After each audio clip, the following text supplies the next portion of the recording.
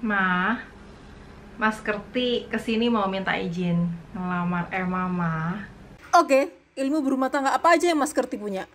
Tenang Bu, ilmu agama, ilmu membahagiakan istri dan mertua, ilmu jadi bapak yang baik juga sudah saya pelajari Bu. Masih belum cukup. Ada satu ilmu lagi yang tidak kalah penting sebelum berumah tangga. Apalagi yang kurang Bu? Ilmu cegah stunting. Hah? Stunting? Ilmu buat merawat bayi biar gak pendek kan? Saya kan tinggi Bu. Lagian, itu kan tugasnya istri ya Bu ya. Ya, memang sih istri yang nantinya akan hamil, melahirkan, merawat dan membesarkan anak gitu kan. Tapi suami sebagai kepala keluarga itu juga punya peran penting loh dalam mencegah stunting. Kenapa? Karena semua keputusan dalam rumah tangga atas izin suami. Memang apa tugas yang bisa saya bantu Bu? Stunting adalah kondisi gagal tumbuh pada anak balita akibat kekurangan gizi kronis sehingga anak terlalu pendek untuk usianya. Nah, kekurangan gizi ini bisa terjadi sejak bayi dalam kandungan dan pada masa awal setelah bayi lahir.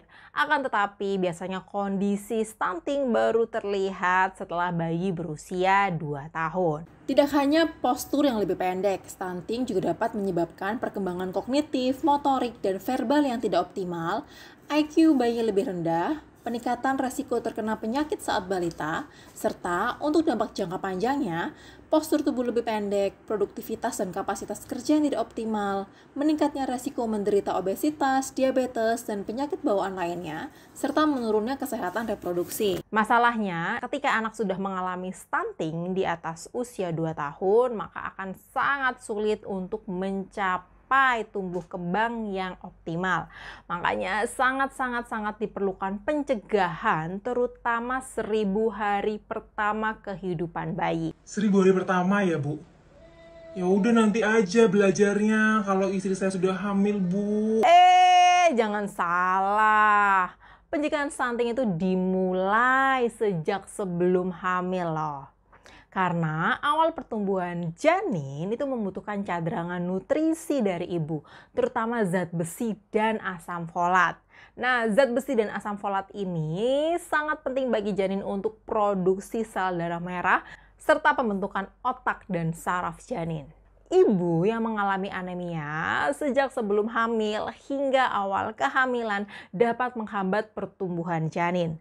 Nah, ini meningkatkan resiko bayi stunting di kemudian hari.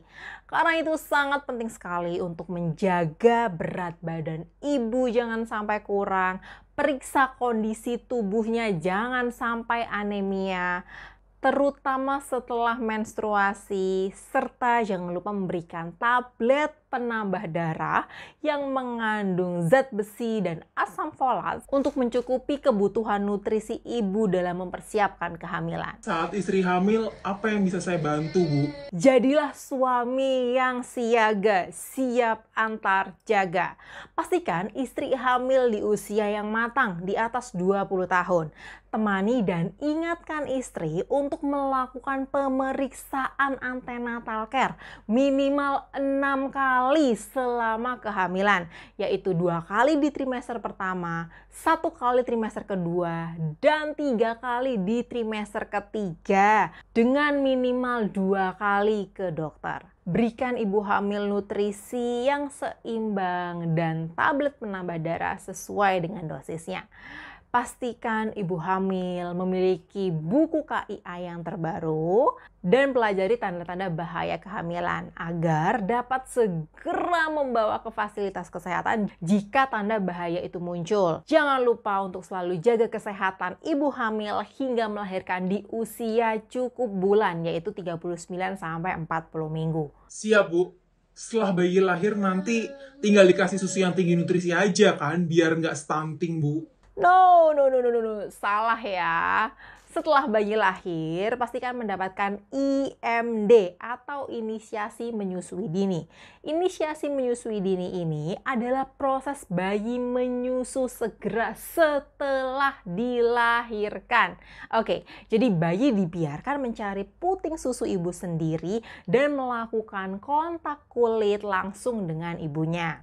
IMD bermanfaat untuk membantu meningkatkan daya tahan tubuh bayi. Sangat membantu dalam keberlangsungan untuk pemberian ASI eksklusif dan lama menyusui.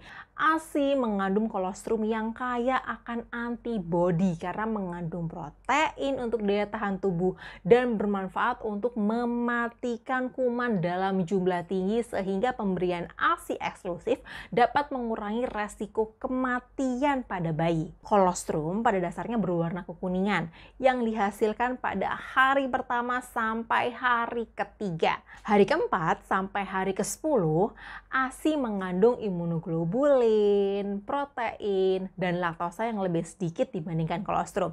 Tetapi lemak dan kalorinya lebih tinggi dengan warna susu yang lebih putih. Nah, peran suami sangat penting untuk membantu ibu memberikan ASI eksklusif selama 6 bulan.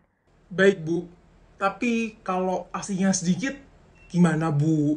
Nggak boleh dikasih sufor kah? Kan kasihan bayinya nggak nyusu nanti Bu. Jangan khawatir kalau ASINya masih sedikit, karena lambung bayi saat awal lahir itu hanya sebesar kelereng. Oke, perhatikan dulu kenapa produksi ASI itu sedikit. Kurangnya refleks menetek pada bayi, salah perlekatan saat menyusui, ibu yang kurang nutrisi, atau karena ibu yang kurang bahagia, ini bisa bikin produksi ASI menjadi sedikit loh. Paham Bu. Saat waktunya makan, apa yang bisa saya bantu Bu? Belajar tentang MPASI. Nah, atau makanan pendamping ASI. Makanan ini diberikan pada bayi usia 6 bulan ke atas dengan gizi seimbang. Perhatikan juga tekstur dan nutrisinya sehingga dengan ASI dan MPASI bisa meningkatkan berat badan bayi sesuai dengan usia. Selain itu jangan lupa untuk membawa bayi rutin ke posyandu setiap bulan ya, untuk mengukur status nutrisi serta berbagi ilmu dengan kader tentang tumbuh kembang bayi. Nah, bayi juga wajib melengkapi imunisasi untuk mencegah penularan penyakit berbahaya. Program imunisasi ini penting diikuti sesuai usia bayi. Dengan imunisasi itu bisa meningkatkan daya tahan tubuh bayi sehingga bisa lebih sehat lagi. Karena bayi yang sakit tentu saja akan menghambat pertumbuhannya dan meningkatkan resiko stunting. Ternyata banyak juga ya ilmu yang harus saya pelajari sebagai calon suami Bu. Masih ada lagi. Cegah stunting dengan menerapkan pola hidup bersih dan sehat. Salah satunya, menyediakan akses ke air bersih, jangan buang air besar sembarangan, jaga lingkungan agar terbebas dari asap rokok, serta lakukan kebiasaan gerakan cuci tangan pakai sabun. Cara-cara ini dapat menghindarkan kita terinfeksi penyakit berbahaya, sehingga dapat menurunkan resiko kejadian stunting. Ayo bersama cegah stunting untuk generasi lebih cerdas.